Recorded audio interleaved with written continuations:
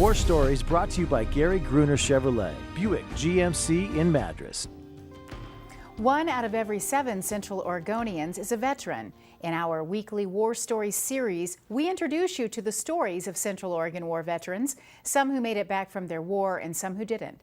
Tonight, we introduce you to the story of a Korean War veteran named Les Davis, who now calls Bend home. I was born in Jennings County, Indiana, June 6, 1932. Farm raised. I am one of 12 kids. My uncle used to say we were so poor we couldn't even pay attention. There was plenty of work to go around for 12. We raised everything we ate. We moved to California, I believe it was in 1947. My dad kept after me to forget about school and get a job and make something yourself. I was smart, I knew everything there was to know. There was no use going to school. I started sophomore year at, I think maybe the 1st of September, and I joined the Army on 29th of September. No more KP and no fighting, no getting busted lips or injuring your hands or anything. And I thought, well, that sounded like a pretty good deal, so I tried out. And they must have been pretty desperate for a trumpet player because I wasn't that good.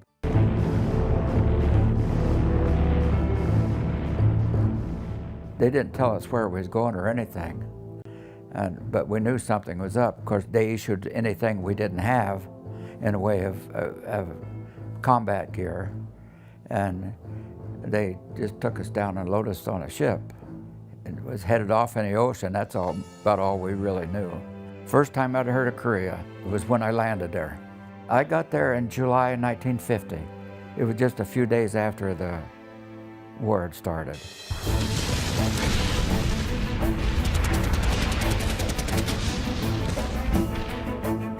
I was in the 29th Regimental Combat Team, and we was pretty much just overrun right at that time. So it was just a scramble for everybody doing what you could to live or survive. I think after we got kind of overrun that first time, we were just scattered like a bunch of covey of quail, you know, and it was just annihilated.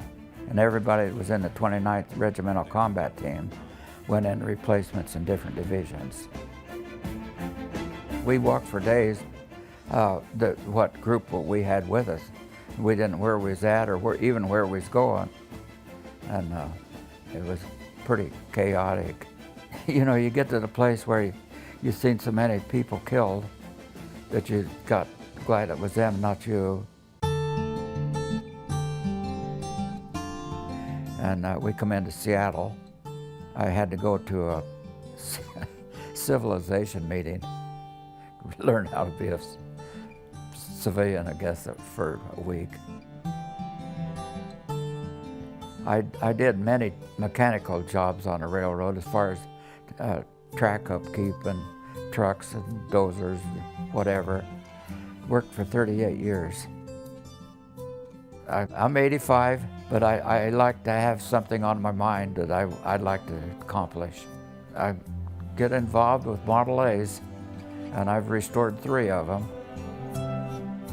You know, I never heard of Korea when I went. When I left, I thought, I'll be just as happy if I never hear about it again in my life. And I went up till about 8 years ago without trying to think about it. I did just a dark, kind of like a lie you told you didn't want to get caught. As I look back on my life, you know, without getting an education, I got a good job, I got a good retirement, and I think my life's been successful. I'm content.